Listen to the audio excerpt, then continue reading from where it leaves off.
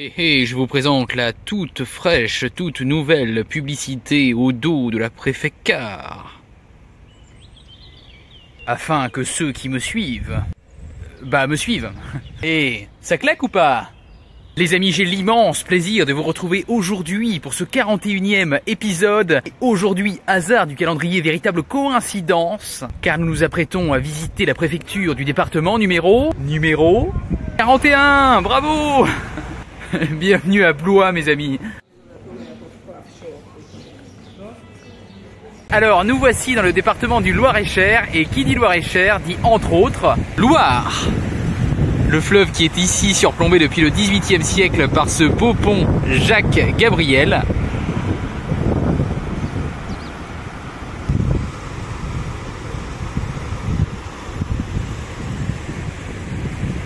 Ouais, tout à l'heure, il y a un monsieur qui s'est garé à côté de moi. Un Lyonnais d'origine, mais qui habite ici depuis une trentaine d'années, à qui j'ai pu parler un peu de l'aventure. Monsieur, si vous regardez cette vidéo, n'hésitez pas à laisser un petit commentaire en dessous. Ça me ferait super plaisir. Alors, saviez-vous que fut un temps, bon, pas longtemps, mais quand même, Blois fut la capitale du royaume de France. Et c'est sous Louis XII qu'elle le deviendra. Roi auquel on reprendra le nom pour baptiser cette belle place.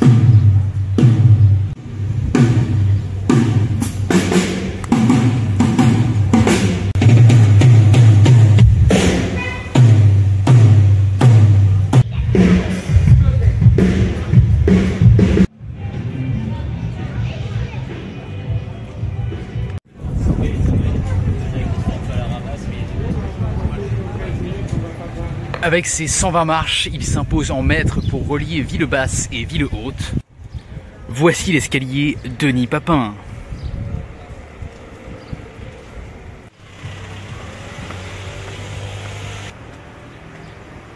Denis Papin, natif du coin, notamment rendu célèbre par ses importants travaux sur la machine à vapeur.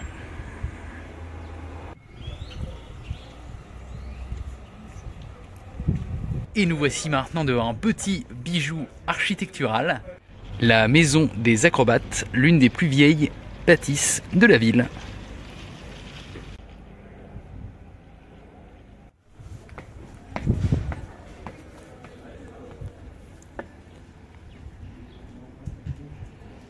Arrivé devant un premier édifice religieux, la belle cathédrale Saint-Louis.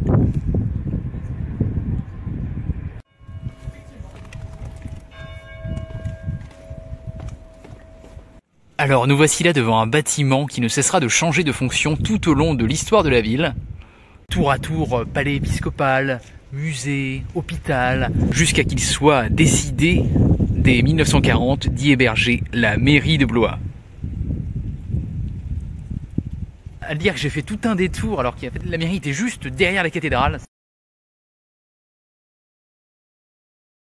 Et merci à la bien gentille Claire, habitante de Blois, originaire d'Orléans. Merci beaucoup.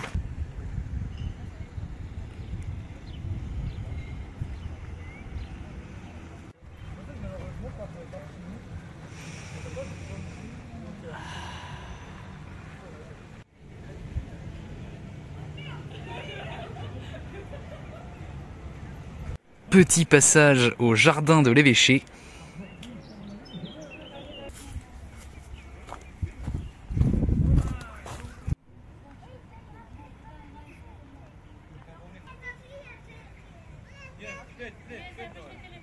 C'est tellement la meilleure saison pour visiter les jardins en ce moment.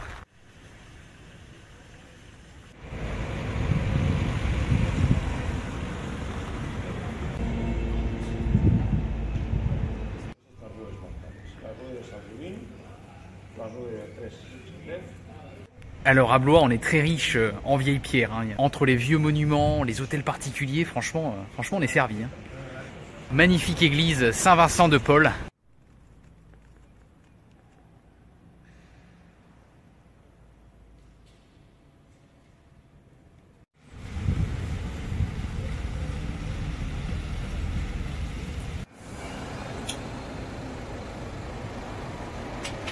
Et nous y voilà les amis, on ne pouvait pas le zapper. Ancien château comtal devenu château royal. Voici le château royal de Blois. Ah, il en a vu des têtes couronnées se succéder, celui-là. De Louis XII à Marie de Médicis, en passant par notre cher François Ier, tout ce beau monde ne cessera de réinventer son architecture et ses aménagements avant que celui-ci ne soit finalement délaissé par Louis XIV. En effet, ce dernier qualifiait l'édifice de bon à rien. Changeons de registre ici, à l'autre bout de la place, avec cet autre bâtiment. Il s'agit d'un musée, mesdames et messieurs, le musée de la magie qui rend hommage au père de la magie moderne. J'ai nommé le plus célèbre illusionniste français, Jean-Eugène Robert Houdin, né à Blois au début du 19e siècle.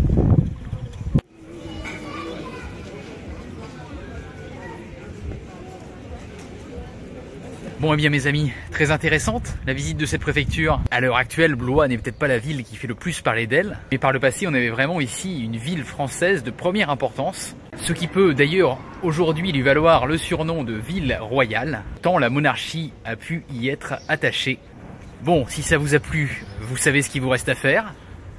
Et je vous annonce que la Préfecte Aventure va désormais s'octroyer une petite pause de quelques jours. Donc n'hésitez pas, profitez-en pour réviser les anciens épisodes, ou si besoin, tout simplement rattraper votre retard, je sais pas. Retour des vidéos prévues dans 5 petits jours, le jeudi 12 juin, avec la visite d'un nouveau château ayant inspiré un grand auteur de bande dessinée belge. On se retrouve là-bas. À très vite les amis.